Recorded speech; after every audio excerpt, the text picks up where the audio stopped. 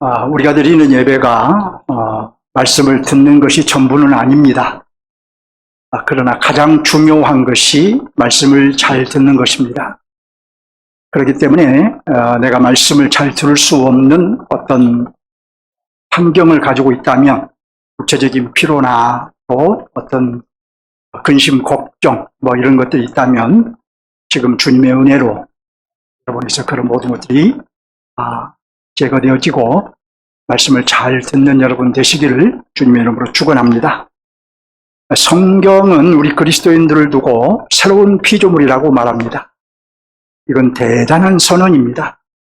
왜냐하면 우리가 새로운 피조물이라 함은 그리스도 안에서 새로운 실제가 되었다는 말이기 때문입니다. 우리가 더 이상 타락한 아담에게 속한 자가 아니요, 이제 우리는 그리스도께 속한 새로운 존재인 것입니다. 의 질서에서 사는 그런 존재가 아니라 우리는 하나님 나라의 새로운 질서 하에서 사는 새로운 존재인 것입니다. 그런데 아이러니하게도 우리 많은 그리스도인들이 옛날 모습 그대로인 것을 봅니다. 자신이 그리스도인이라고 말하면서도 세상에 속했던 그 모습 그대로입니다. 인격이 바뀐 것도 아니고, 가치관이 바뀐 것도 아니고, 정신과 생각이 바뀐 것도 아니고, 인생의 목적이 바뀐 것도 아니고, 바뀐 것이 있다면 그리스도인이라는 이름을 얻었을 뿐입니다. 많은 그리스도인들이 그렇다는 것입니다. 사실 이 점은 우리를 매우 슬프게 만들기에 충분합니다. 충분히 우리는 이 점을 그래서 고민해야 합니다. 만약 우리가 끝까지 이 문제의식을 갖지 못하고 간다면 우리는 크게 후회하게 될 것입니다. 왜냐하면 우리는 분명 은혜로 구원을 받았지만, 따라서 우리가 성령을 거역하는 배도를 하지 않는 한 최종 구원에 이르겠지만, 우리가 그렇다고 해서 우리 삶에 대한 심판까지도 면제되는 것이 아니기 때문입니다. 이에 대해서 사도 바울은 이렇게 말합니다. 우리 모두 반드시 그리스도의 심판대 앞에 서서 각자 선악간에 그 몸으로 행한 것을 따라 보응을 받게 될 것이다. 이렇게 말합니다. 우리는 구원받은 하나님의 백성으로서 그의 합당한 삶을 살았는지, 또 신앙과 인격이 성장하고 성숙한 삶을 살았는지, 또 육신에 속한 자가 아니요 신령한 자로 살았는지, 모든 그리스도인들은 예외 없이 심판주 앞에서 답을 해야 돼요. 주님이 물으실 때 그에 대한 답을 할 수 있어야 됩니다. 성경을 알면, 성경의 배경을 알면 좀 더 본문을 정확하고 풍성하게 이해할 수 있다는 것 여러 번 말씀드렸죠. 그래서 고린도전서 강론을 시작하면서 제가 말씀드린 대로 필요하다 싶을 때에 조금씩 그런 배경적인 얘기를 말씀드리겠습니다. 사도 바울이 고린도 교회에 머문 기간은 약 1년 6개월 정도 됩니다.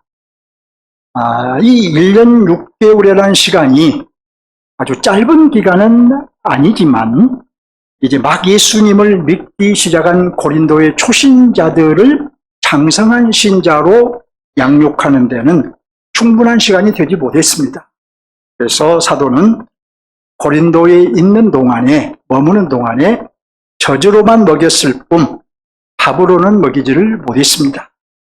초보적인 진리를 가르쳤을 뿐 기독교의 깊이 있는 진리를 체계적으로 가르치지 못했던 것입니다. 설사 깊이 있는 진리를 가르쳤다 할지라도 고린도인들은 소화하지 못했을 것입니다. 왜냐하면 누구나 처음 예수를 믿게 되면 영적으로 어린아이와 같기 때문입니다. 사도 바울은 고린도 교회를 떠나면서 자기 대신 아볼로를 보냈습니다. 아볼로는 브리스길라와 아굴라를 통해서 복음을 체계적으로 배웠던 사역자였어요. 하지만 사도는 고린도인들을 잊지 못하고 떠나서도 잊지 못하고 그들을 위해서 기도했습니다. 그래서 사도는 모두 이 3차 전도 여행을 하는 중에 에베소에 장기간 머물렀는데, 그 에베소에 장기간 머물면서 고린도 교회의 문제를 접하고 그들을 위해 많은 열정과 에너지를 쏟았습니다. 제가 첫 시간에 말씀드린 대로 직접 방문하기도 하고 또 5통의 편지를 보내기도 했습니다. 사도는 고린도를 떠났지만 그 후에도 그 고린도의 성도들을 자신의 생명 안에 품고 있었던 것입니다. 사도가 고린도전서를 쓰게 된 이유가 몇 가지 있어요. 제가 지난번에 5번에 걸쳐서 편지를 보냈다고 했는데, 그럼 편지를 보낸 이유는 뭘까 하는 거죠. 첫 번째, 사도는 글로예의 집에 있는 어떤 사람을 통해서 고린도 교회의 소식을 접했습니다. 그를 통해서 접한 소식의 핵심은 고린도 교회가 바울파, 아볼로파, 또 베드로파, 또 그리스도파 등으로 이렇게 나뉘어서 갈등을 겪고 있다는 것이었습니다. 둘째, 사도는 첫 번째 편지를 보낸 후에 고린도 교회가 보낸 3명의 대표단이 있었어요. 3명의 대표단으로부터 편지 한 통을 받았어요. 이 편지에서 고린도 교회는 자신들의 문제들을 조목조목 질문 형식으로 기록하여 보냈습니다. 그래서 사도는 글로의 집에 그 어떤 사람을 통해서 들은 고린도 교회의 문제와 함께 그들이 공식적으로 편지를 통해서 제기한 그들의 문제에 대해서 답을 썼습니다. 그 편지가 바로 고린도 전서입니다. 이제 본문으로 들어갑니다. 오늘 본문은 글레오 집에 어떤 사람을 통해서 접했던 문제를 다루고 있습니다. 그 문제는 어떤 문제였으며 또 사도는 어떤 답을 했을까요? 사도 바울은 고린도에서 이 자신의 사역을 이제 언급함으로 오늘 본문을 시작합니다. 본문 1절을 보시기 바랍니다. 이제 여러분 성경을 보셔야 되겠죠? 본문 1절을 보시면, 자, 첫째로 어떤 자들을 대함과 같이 너에게 말할 수 없다고 한가요? 신령한 자들을 대함과 같이 내가 너희들에게 말할 수 없다고 하죠. 자, 둘째로 그러면 어떤 자들을 대함과 같이 했다고 한가요? 육신에 속한 자, 곧 그리스도 안에서 어린 아이들을 대함과 같이 했다고 하죠. 여기 하노라라고 했죠. 우리말 성경에는 하노라라고 했는데 이건 과거형으로 하였노라라고 표현을 해야 정확합니다. 사도는 지난날 고린도에 머물며 복음을 전할 때에 신령한 자들을 가르침같이 가르칠 수 없었으며 육신에 속한 자, 곧 어린아이를 가르치듯 가르쳤던 것입니다. 그럼 어떻게 가르쳤다고 한가요? 본문 2절을 봅니다. 내가 너희를 무엇으로 먹이고 무엇으로 아니하였다고 한가요? 젖으로 먹이고 밥으로 아니하였다고 하죠. 사도는 그들에게 단단한 음식과 같은 깊이 있는 진리를 먹이지 못하고 우유와 같은 초보적인 진리를 먹였던 것입니다. 그러면 사도가 고린도전서를 기록할 때는 어땠을까요? 2절 끝부분을 보시기 바랍니다. 뭐라고 한가요? 지금도 못하리라 이렇게 말하죠. 사도는 아직도 그들이 단단한 음식과 같은 깊이 있는 진리를 먹을 준비가 되어 있지 않다고 판단한 것입니다. 왜 준비가 되어 있지 않다고 판단했을까요? 본문 3절을 봅니다. 3절 보면 그들이 어떤 이들이기 때문이라고 한가요? 육신에 속한 자, 곧 그리스도 안에서 어린이들이기 때문이라고 하죠. 그러니까 고린도인들은 구원을 받았으나 아직도 자라지 못해서 육신에 속한 어린아이와 같은 신자들이었던 것이에요. 그러니까 아직도 고린도 교회는 단단한 음식과 같은 진리를 받아 먹을 만큼 자라지를 못했던 거예요. 지금쯤이면 장성에 있어야 하는데 아직도 자라지 못해서 그들의 모습을 매우 안타까워하는 바울의 마음이었을 것입니다. 사도는 그들의 영적 아비였기 때문에 어찌 자라지 못한 그들을 보면서 안타까워하지 않았겠습니까? 사도가 고린도 교회의 상태를 어린아이와 같은 상태라고 말한 것은 그만한 이유가 있겠지요? 그만한 이유란 무엇일까요? 본문 3절 중반절을 봅니다. 3절 중반절을 보면 너희 가운데 무엇이 있다고 한가요? 시기와 분쟁이 있다고 하지요. 고린도인들 사이에는 시기하고 분쟁하는 그런 모습이 있었던 거예요. 그건 육신에 속한 자들의 모습입니다. 어린아이와 같은 모습입니다. 미성숙한 자들의 모습입니다.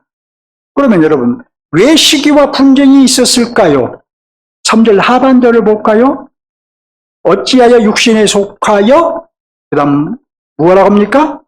사람을 따라 행함이 아니리요, 이렇게 말하잖아요. 아직도 육신에 속하여 곧 어린 아이와 같이 자라지 못해서 사람을 따라 행하기 때문이라는 것입니다.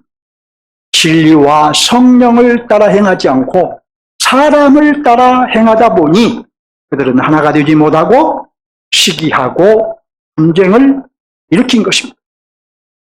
교회는 그리스도의 몸으로서 하나이기에 너도 나도 성령을 따라 살고 그리스도를 따라 살아야 함에도 그들은 사람을 따라 행하다 보니까 분파를 이루게 되고 그로 인해서 서로 시기하고 분쟁하게 되었던 것이에요.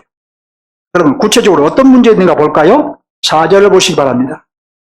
어떤 이는 말하되 나는 바울에게라 하고 다른 이는 나는 아볼로에게라 하니 너희가 육신의 사람이 아니요. 고린도 교회 성도들은 나는 바울파라, 나는 아볼로파라 분파를 이룬 거예요. 나는 바울에게 속한 사람이야, 나는 아볼로에게 속한 사람이야, 이렇게 서로 분파를 이룬 거예요. 그리고 그 결과 서로 네가 옳고 내가 옳다며 시기하고 분쟁을 일으킨 것입니다. 사도는 그들에게 말한 것입니다. 너희가 육신의 사람이 아니요. 그들은 이렇게 말하는 사도에게 이 편지를 받고 나면 사도에게 발끈한 마음이 일어날 거예요.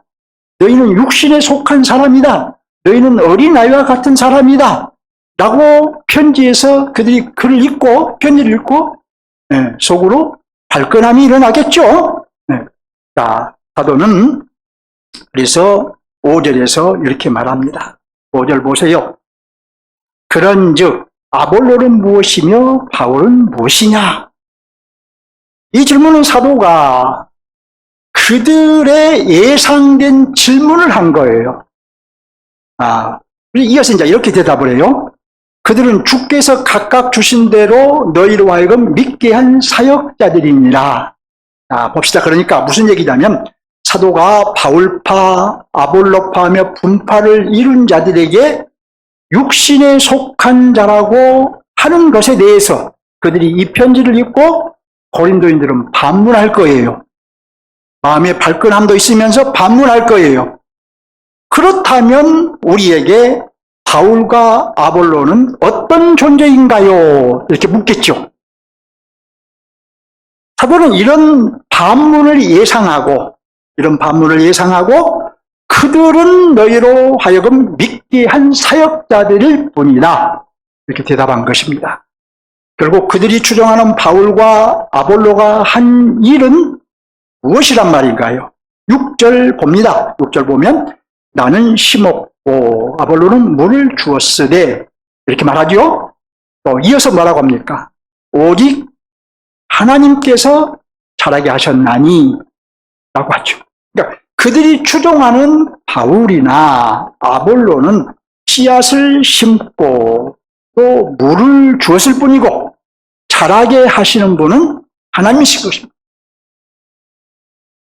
사도 바울은 씨앗을 심었죠. 고린도에 들어가서 복음을 전하는 씨앗을 심었어요. 그리고 아볼로는 사도가 보내서 그 위에 그들을 양육하는 일을 했어요. 그러니까 사도가 보낸 아볼로는 물을 주는 역할을 한 거지요. 자, 그러기에 사도는 분명하게 말합니다. 7절을 보세요, 여러분. 심는 자신이나 물을 준 아볼로는 뭐라고 합니까? 그 다음에 아무것도 아니다. 이렇게 말하잖아요. 아무것도 아니다. 오직 자라게 하시는 분은 누구라? 하나님뿐이다. 심고 물을 준 자신이나 아볼로가 중요한 것이 아니라 자라게 하시는 하나님이 중요하다고 말한 거지요. 여러분, 제가 여러분에게 복음을 전하는 사역도 심고 물을 주는 사역일 뿐이고 여러분을 자라게 하시는 분은 하나님이신 줄 믿으시기 바랍니다. 여러분이 이미 직분자가 되기까지 자랐다면, 또 오늘 직분을 받기까지 자랐다면, 그리고 여러분 각자가 믿음이 자라고 있다면 그건 목사의 공로도 아니고 여러분 자신의 공로도 아니고 오직 하나님의 은혜인 것입니다. 따라서 겸손한 마음으로 하나님께 영광을 돌리시기 바랍니다. 특별히 직분자들은 어떤 권리도 주장하지 말고 겸손함과 감사함으로 여러분을 자라게 하셔서 직분자가 되게 하신 하나님께 겸손함과 감사함으로 섬기시기 바랍니다. 자, 이어서 8절을 봅니다. 심는 자신이나 물을 준 아볼로는 한 가지라고 하네요. 바울과 아볼로는 동일한 목적을 가지고 있는 종이며 하나님의 종이며 각자 수고한 만큼 삭을 받을 종인 것입니다. 이어서 9절에서 이렇게 말합니다. 첫째로 바울 자신과 아볼로는 자라게 하시는 누구라고 한가요? 하나님의 동역자들이라. 둘째로 너희 고린도인들은 하나님의 밭이요 하나님의 집이라고 하지요. 바울 자신과 아볼로는 하나님께 쓰시는 도구이고 너희 고린도인들은 하나님의 교회이고 하나님의 백성이라고 말한 것입니다. 그러므로 너희가 바울파 아볼로파로 분파를 이루어 시기하고 분쟁하는 것은 아무것도 아닌 사람에게 매인 것이며 따라서 너희의 모습은 어린 나이와 같은 모습이니 이제 시기와 분쟁을 멈추고 하나가 되라는 것입니다. 구원받은 자로서 복음에 합당한 삶을 살라는 것입니다. 교회의 분자로서 교회의 분자답게 살라는 것이죠. 자, 이제 본문의 핵심 메시지가 뭘까요? 우리가 관찰한 대로 고린도 교회는 사람을 따라서 파당을 짓고 시기하고 분쟁하는 어린아이와 같았습니다. 바울을 지지하는 파, 아볼로를 지지하는 파, 또 베드로를 지지하는 파, 이것도 저것도 아닌 그리스도께 속한 파로 나뉘었어요. 사도는 이들을 두고 너희는 육으로 특징 지워지는 육신에 속한 자들이라고 강하게 책망했어요. 날카롭게 책망한 것입니다.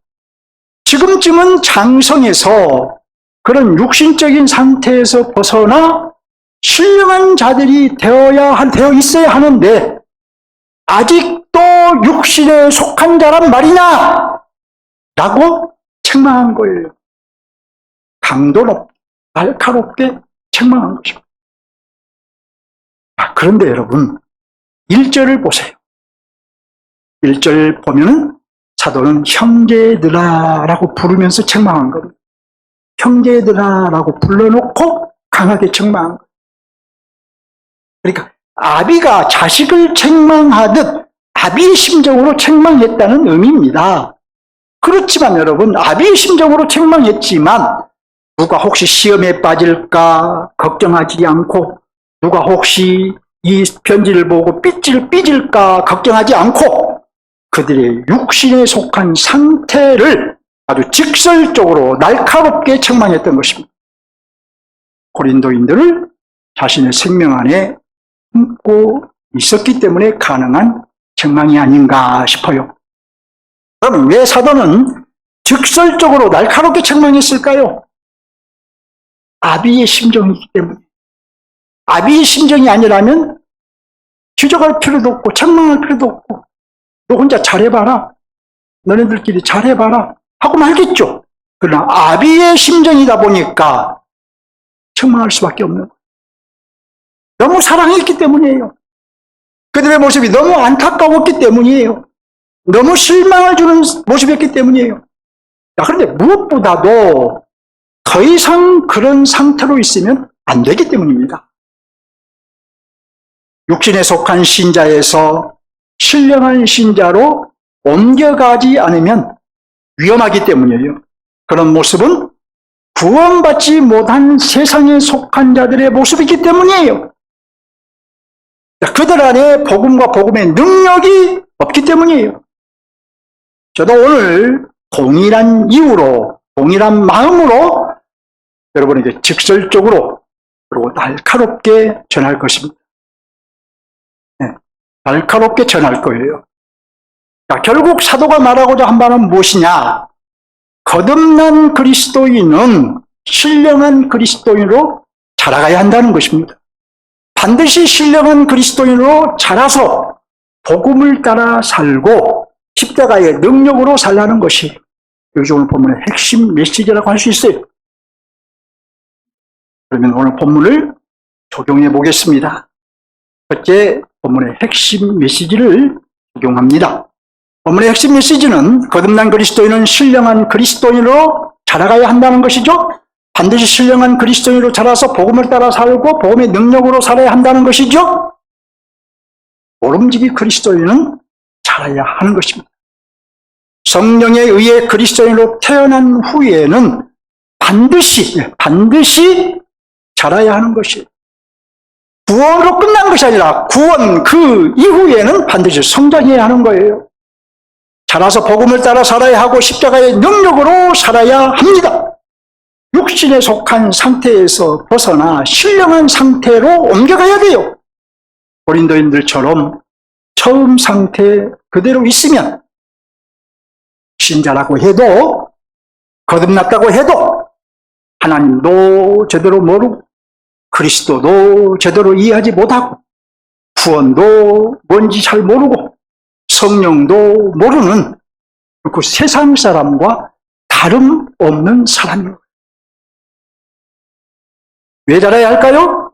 자라지 않으면 뭐가 문제일까요? 우리가 그리스도인이 되었다라는 이 말은 여러분 기독교에 가입했다는 말이 아니에요.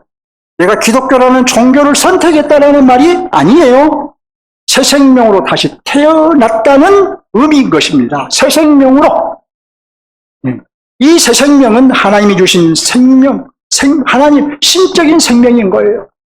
하나님께서 예수 그리스도의 죽음과 부활을 믿는 이들에게만 주는 부활하신 그리스도의 생명, 곧 신적 생명인 것입니다. 사도들이 선포한 복음을 받아들이는 이들에게, 즉 예수 그리스도를 자신의 주와 구주로 받아들인 이들에게 주신 신적인 생명인 거예요. 자, 그런데 여러분 생명의 특징이 뭡니까? 생명의 특징은 자라는 것이죠. 그러므로 새 생명도 자라야 정상인 것 아니겠습니까?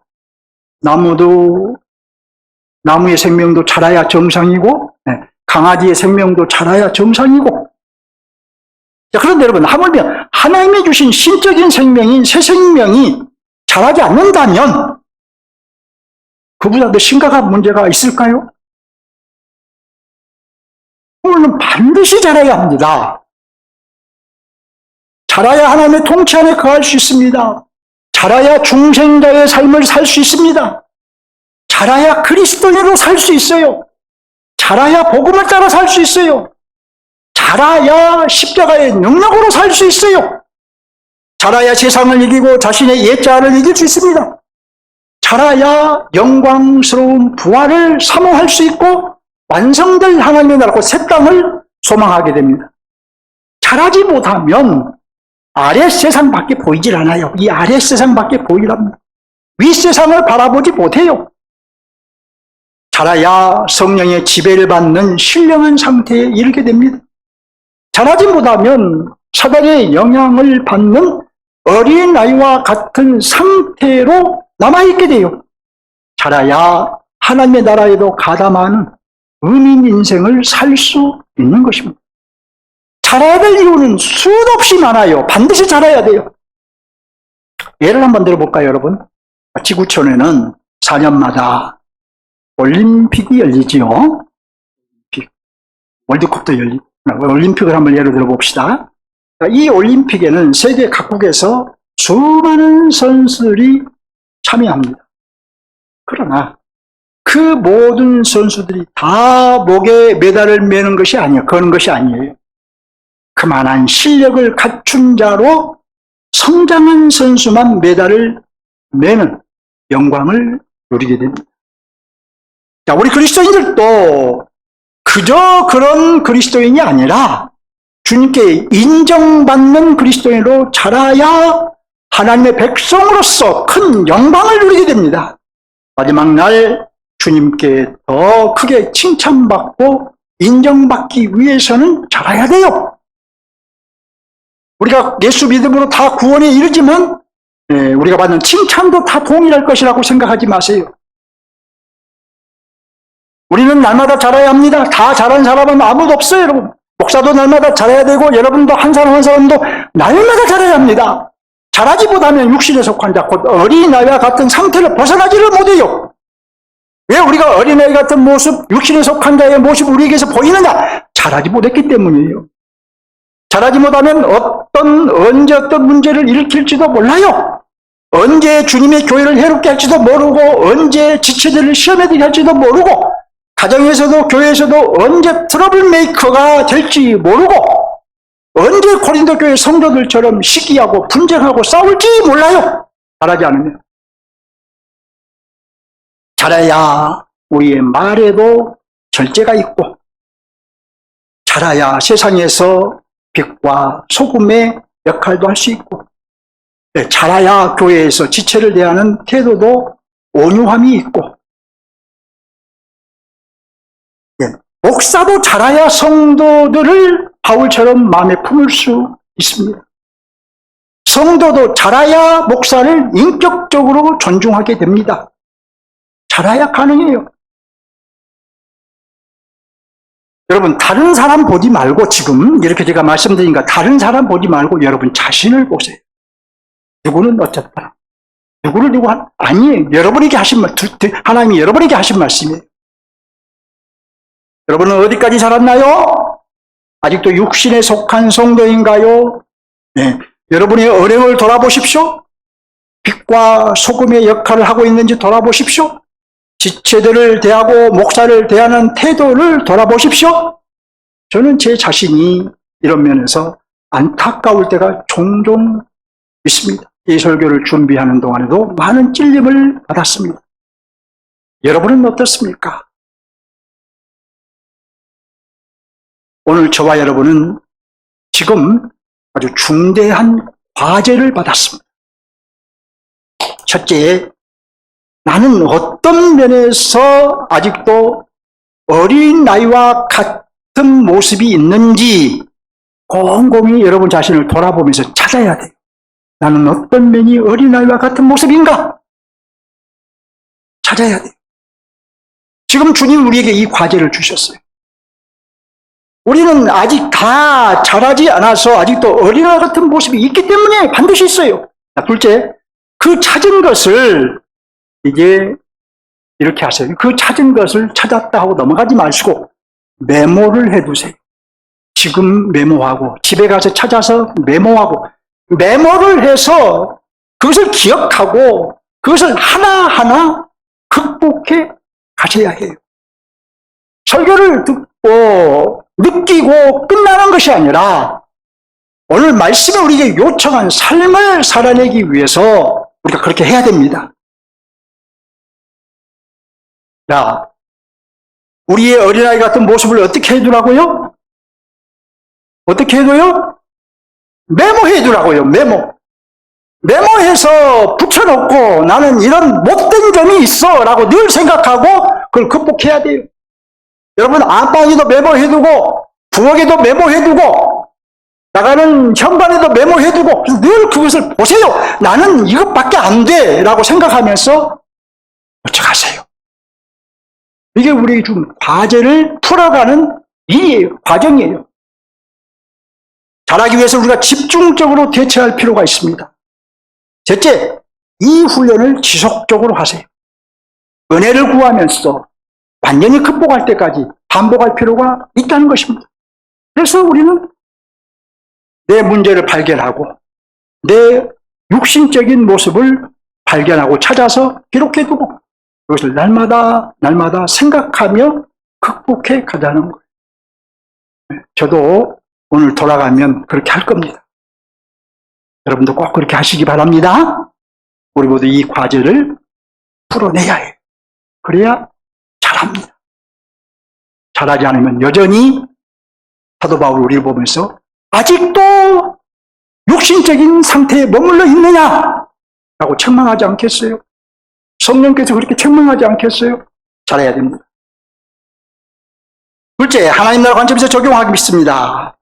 본문의 하나님 나라는 사도들에 의해 선포된 하나님의 나라입니다. 예수님이 가져오신 하나님의 나라를 사도들이 열방으로 나가서 선포함으로 점점 확장되어가는 나라예요. 그러면 본문의 하나님 나라는 하나님 나라의 어느 면을 보여주고 있을까요? 본문의 하나님의 나라는 육신에 속한 자, 곧 어린아이와 같은 상태를 이제 극복할 것을, 이겨낼 것을 요구하고 있어요. 사도들이 전한 복음을 듣고 하나님 나라에 들어가는 성도라 해도 육신에 속한 자, 곧 어린아이와 같은 모습을 갖고 있으니, 모습이 있을 수 있으니, 하나님 나라의 백성인 저와 여러분은 육신에 속한 모습, 곧 어린아이와 같은 모습에서 하나하나 벗어나야 합니다. 이 적용은 방금 전에 했던 핵심 메시지 적용과 같은 것이라 할 수 있으나 이제 강조점은 많이 다를 거예요. 먼저 육신에 속한 자, 곧 어린아이와 같은 자의 특징이 뭘까요? 육신에 속한 자의 특징은 하나님의 통치를 받지 않고 성령 대신 자신의 욕망을 따라 살고 자신의 뜻을 이루고자 하고 자신의 힘과 능력으로 살고자 합니다. 자, 이런 면에서 육신에 속한 자, 곧 어린아이 같은 그 고린도 교회는 바울파, 아볼로파로 나뉘어서 시기와 분쟁을 일으키는 등 그 외에도 많은 문제를 안고 있어요. 고린도전서에서 많이 다뤄요. 그 모든 문제를 갖게 된 것은 예견된 일이었어요. 잘하지 못했기 때문에. 하나님 나라의 백성은 육신에 속한 자, 곧 어린아이와 같은 상태를 벗어나야 합니다.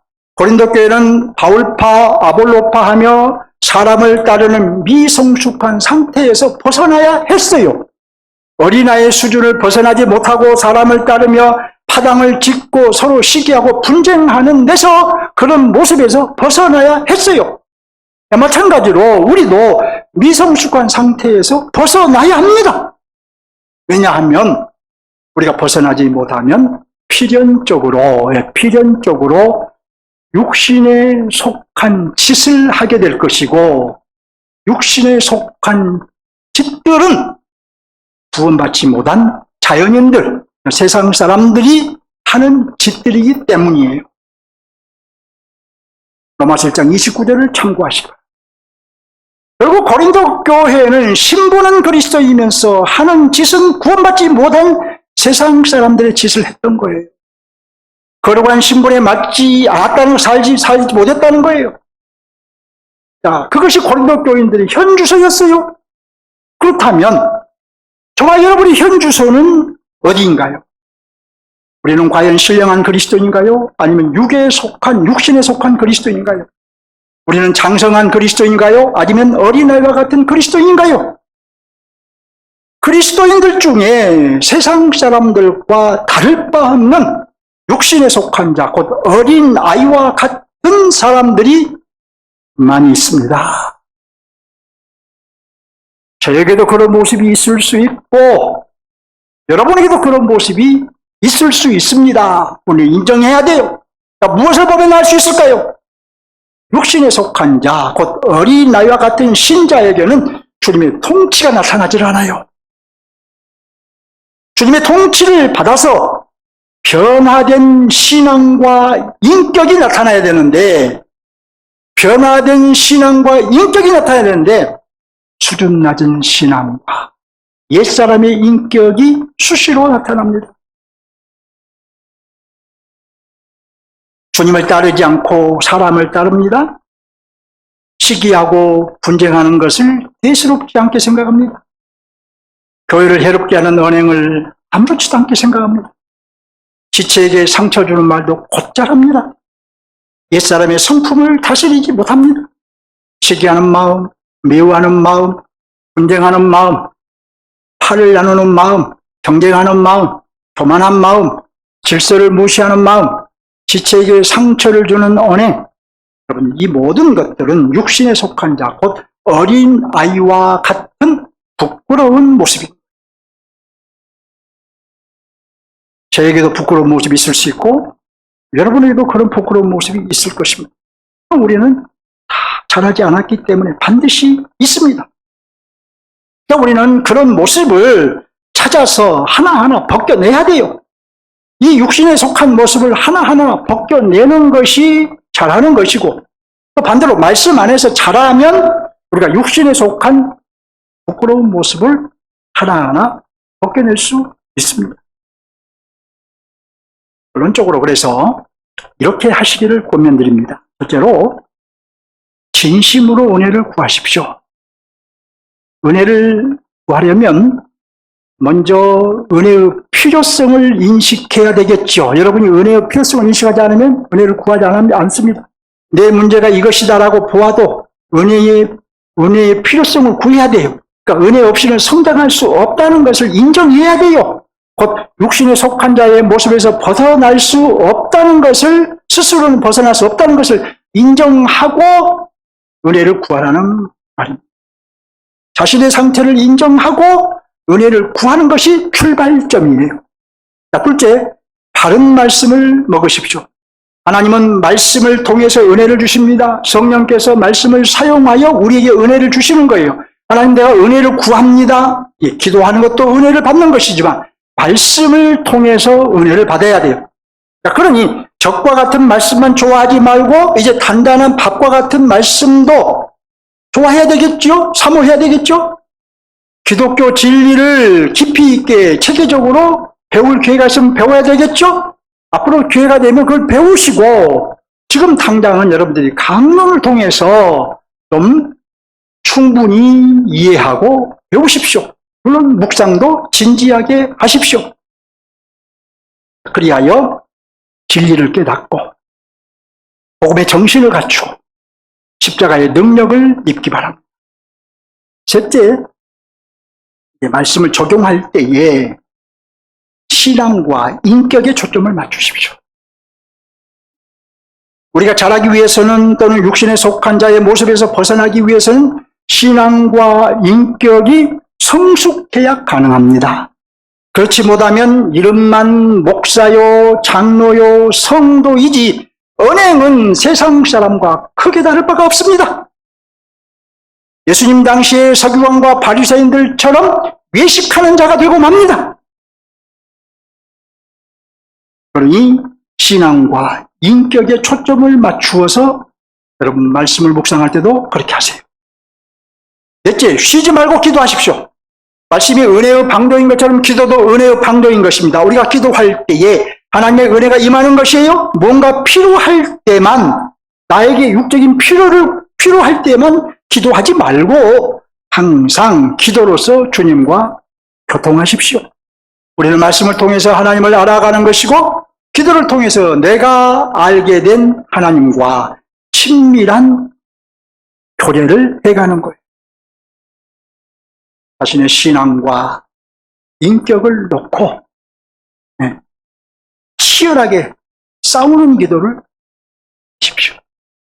그래도 안 되면 금식이라도 해가면서 기도하십시오. 말씀을 맺겠습니다. 정리하며 마치겠습니다. 첫째, 고린도 교회는 육신에 속한 자, 곧 어린 나이와 같았습니다. 사도는 아직도 육신에 속한 그들을 안타깝게 생각하며 고린도전서를 기록한 것이. 둘째, 본문의 핵심 메시지는 거듭난 그리스도인은 신령한 그리스도인으로 자라서 복음을 따라 살고 십자가의 능력으로 살라는 것입니다. 자라지 못해서 육신에 속한 자, 곧 어린아이와 같은 상태에 머물러 있으면 문제 그리스도인. 우리가 문제라는 말을 하죠. 문제 그리스도인이 되는 거예요. 될 수밖에 없는 거예요. 고린도 교회가 그랬어요. 잘하지 못하니까 고린도 교회 성도는 문제 그리스도인이었던 거예요. 셋째, 따라서 우리는 잘해야 되겠죠? 잘하지 않으면 고린도인들과 같은 책망을 주님께 받게 될 것입니다. 저는 오늘 또 날카롭게 책망을 받았습니다. 아까 말씀대로 말씀을 준비할 때도 내내 책망을 받았습니다. 여러분도 책망을 받았다면 감사하십시오. 지적도 은혜이고 책망도 은혜인 거예요. 여러분의 감정이 업되는 것만 은혜가 아니라 내가 진리를 깨닫는 것이 은혜이고 내가 책망받는 것이 은혜이고 지적받는 것이 무엇보다도 더 중요한 은혜인 것입니다. 넷째, 본문의 하나님의 나라는 사도들에 의해 선포된 하나님의 나라이며 본문의 하나님의 나라는 육신에 속한 자, 곧 어린 나이와 같은 상태를 벗어나야 한다는 것을 보여주고 있죠. 다섯째, 어린 나이와 같은 부끄러운 모습은 부끄러운 모습이며, 이어서 벗어나기 위해서는 은혜를 구하고 말씀을 가까이 하고 신앙과 인격에 초점을 맞추어 말씀을 적용하고 자신의 신앙과 인격을 놓고 치열하게 기도하십시오. 교회 여러분, 자신을 가장 잘 아는 이는 바로 나 자신입니다. 우리는 오늘 고린도인들을 보면서 각자 자신을 보았을 거예요. 내가 신령한 신자인지 아니면 육신에 속한 자인지 여러분은 이미 여러분 자신을 판단했을 것입니다.